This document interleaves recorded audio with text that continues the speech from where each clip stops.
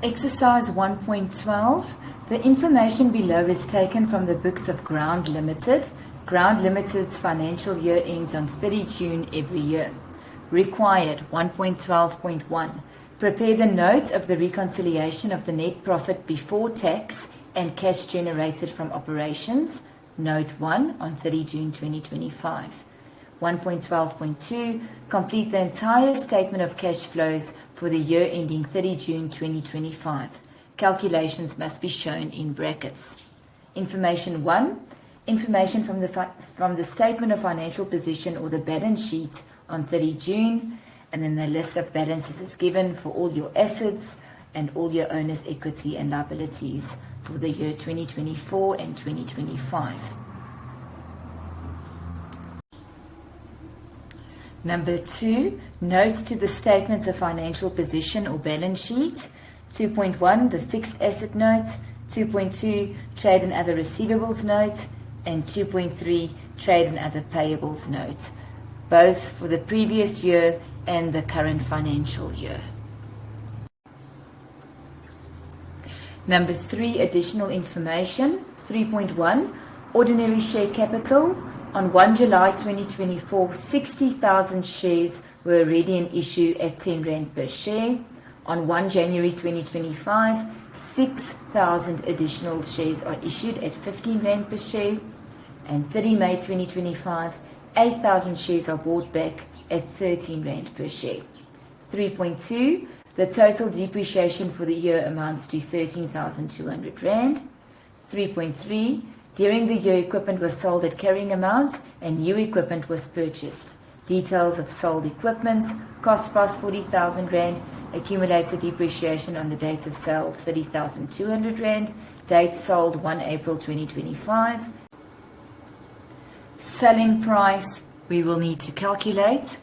3.4, income tax for the year amounts to 72,000 Rand. It has been calculated as 30% of the net income. 3.5, dividends.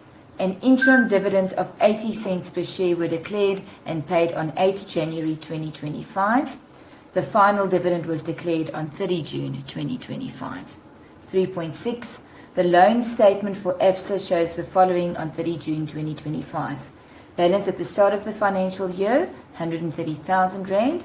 Payments during the year, including interest, 49,500. Interest capitalized at interest rates determined by the bank to be calculated, and balance at the end of the financial year, 100,000 Rand. 1.12.1, reconciliation of net profit before tax and cash generated from operations. We are going to start with our profit before tax. According to 3.4, the income tax for the year amounts to 72,000 Rand. It has been calculated as 30% of the net income. So we're going to take the 72,000 times by 100 and divide by 30. In other words, we work backwards. So our profit before tax is then 240,000.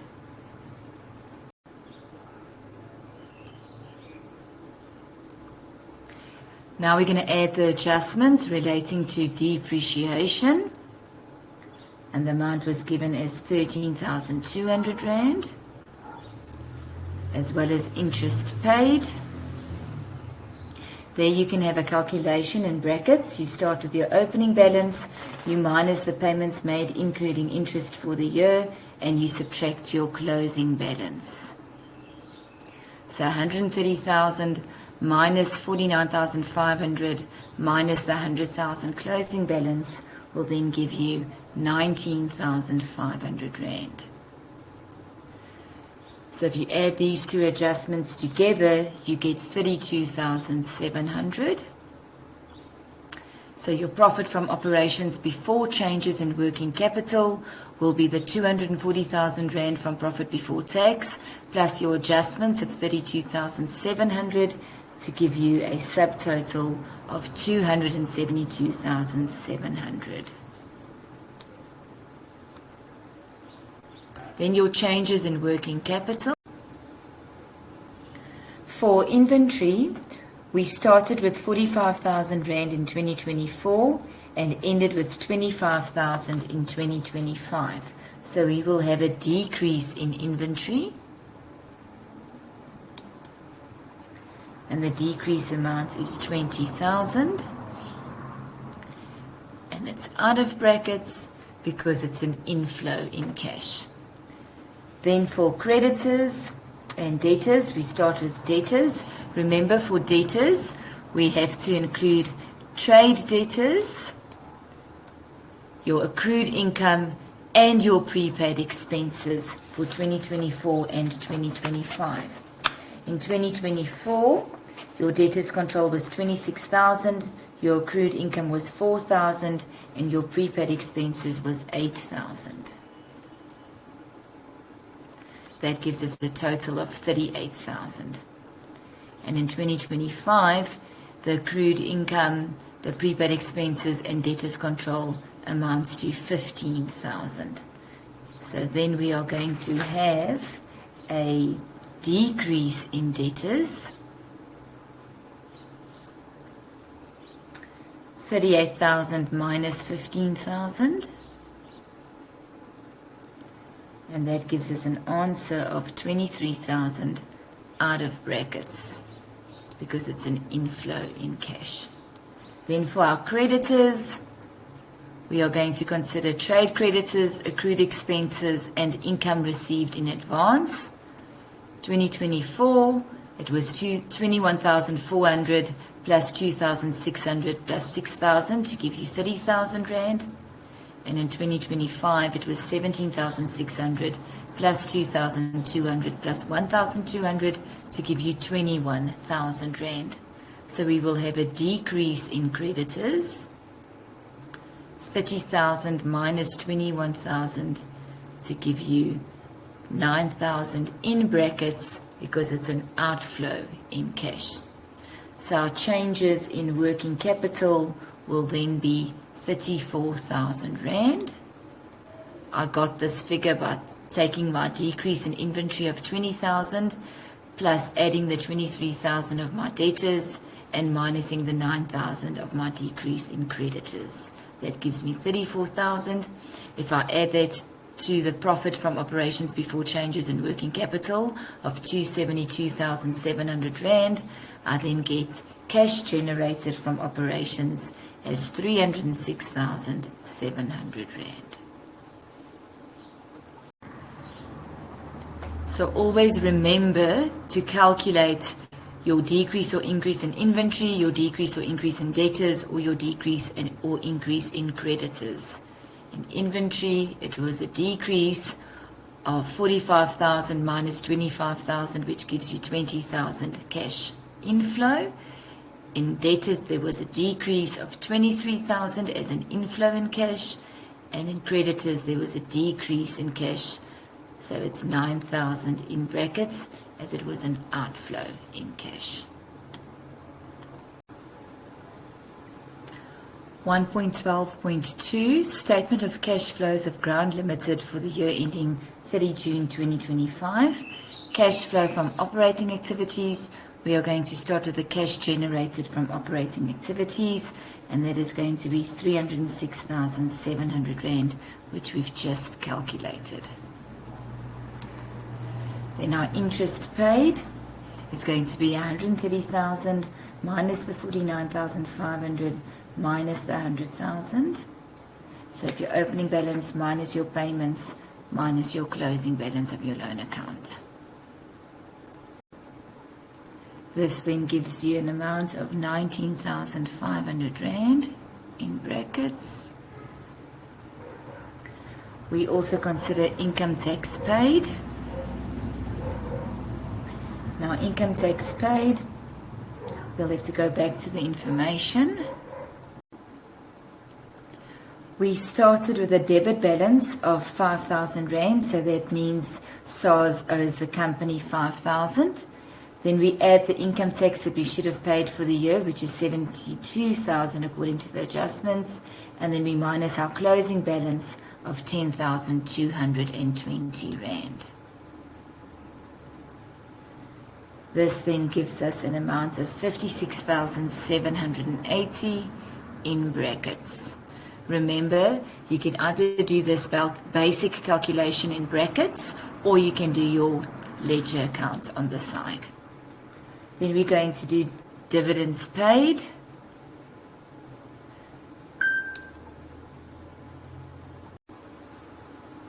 Our opening balance from information 2.3 was 40,800 Rand. Then we go to adjustment 3.1, ordinary share capital. On 1 July 2024, 60,000 shares were already in issue at 10 Rand per share. And on 1 January 2025, 6,000 additional shares are issued at 15 Rand per share. So 60,000 plus 6,000 shares gives us 66,000 shares. And according to adjustment 3.5, an interim dividend of 80 cents per share was declared and paid on 8 January 2025. So the 66,000 shares at 80 cents is 52,800 Rand. That would be our interim dividends that was declared. So our interest paid is the 480,000 Rand from the previous year owing, plus our interim dividends that was paid this year, to give us a total of 93,600 Rand in brackets. So our cash flow from operating activities will then be 136,820. And I got this amount by taking my cash generated from operating activities, minusing my interest paid, minusing income tax paid, and minusing the dividends paid. Cash flow from investing activities. We are going to start with the purchase of fixed assets.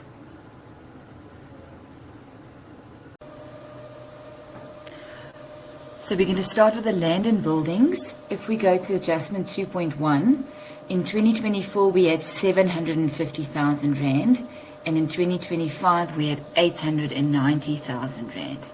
So there's a difference of 140,000 that we purchased. Then the equipment, normally you can do a ledger account or you can do a calculation on the side. Okay, so the calculation will be your book value at the start of the year, minus your selling price, minus your depreciation, minus your book value at the end of the year. Okay, but we need to determine the selling price quickly. So if we go back to adjustment 3.3, during the year equipment was sold at a carrying amount and new equipment was purchased. Details of the sold equipment: cost price was 40,000, accumulated depreciation and the date of sale was 30,200. So your selling price will be your cost price minus your accumulated depreciation, and that will then give you 9,800 Rand. So then to get back to the purchase of fixed assets for your equipment, your book value at the start of the year is 50,000.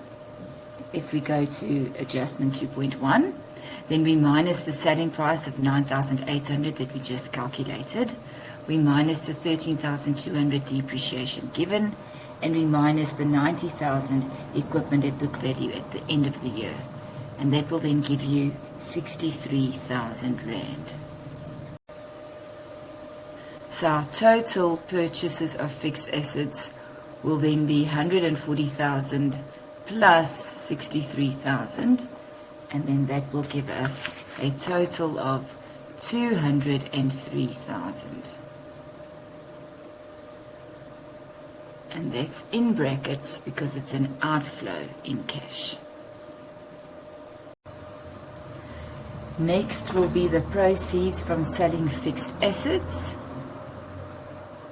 And that was the selling price that we calculated. It was the cost price of 40,000 of the equipment sold minus the accumulated depreciation up to the date of sale of 30,200 to give you 9,800. This amount will be out of brackets because it's an inflow of cash. Then we will also have to look at our fixed deposit. There was a decrease in the fixed deposit. Okay, if we go to information 1, in 2024 we had our financial asset as 50,000, and in 2025 it is now 30,000. So there's a difference of 20,000.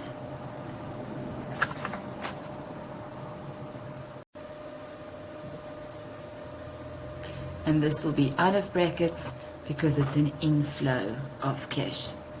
So our total cash flow from investing activities will then be the purchases of fixed assets of 203,000 negative, plus the proceeds from selling the fixed assets, 9,800, plus the 20,000 to give you a bracketed figure of 173,200.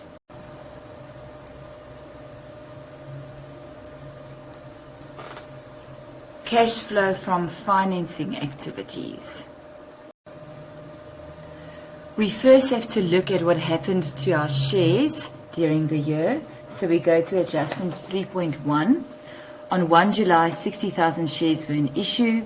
On 1 January, 6,000 additional shares are issued. So our proceeds from shares issued,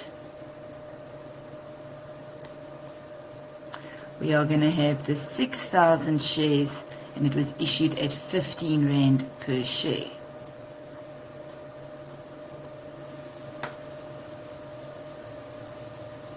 And that is going to give us 90,000 out of brackets because it's an inflow in cash. Then our repurchase of shares, 8,000 shares were bought back at 13 Rand.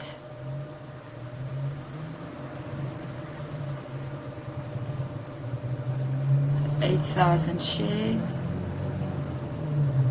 at 13 Rand gives us 104,000 Rand, and that will be in brackets because it's an outflow in cash. We paid for those shares again to be repurchased. So the money left our bank account, it's going to be an outflow of cash.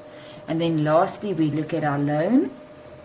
If we go to our loan ABSA in information 1, in 2024, we owed 130,000 Rand towards the loan, and in 2025, we only owe 100,000. So there was a repayment of our loan of 30,000. So repayment of loan,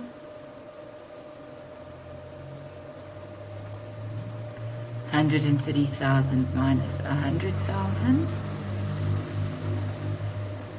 and that will give you 30,000 in brackets because it's an outflow in cash. So your cash flow from financing activities, if you add the proceeds from shares issued, you minus your repurchase of your shares, and you minus your repayment of your loan, you have 44,000 in brackets. Cash and cash equivalents at the end of the year, if we go back to information 1, it was in bank overdraft. So our end of the year will be in brackets 140,380. Our balance at the start of the year is also in overdraft 60,000. So then you work backwards to get the net change in cash and cash equivalents. 140,380 plus 60,000 gives you in brackets 80,380. Or to calculate the net change in cash and cash equivalents, you take your cash flow from operating activities of 136,820.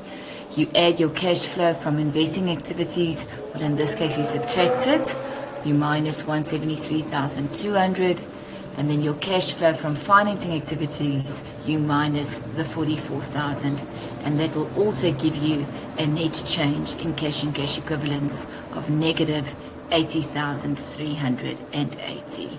And then you have completed exercise 1.12.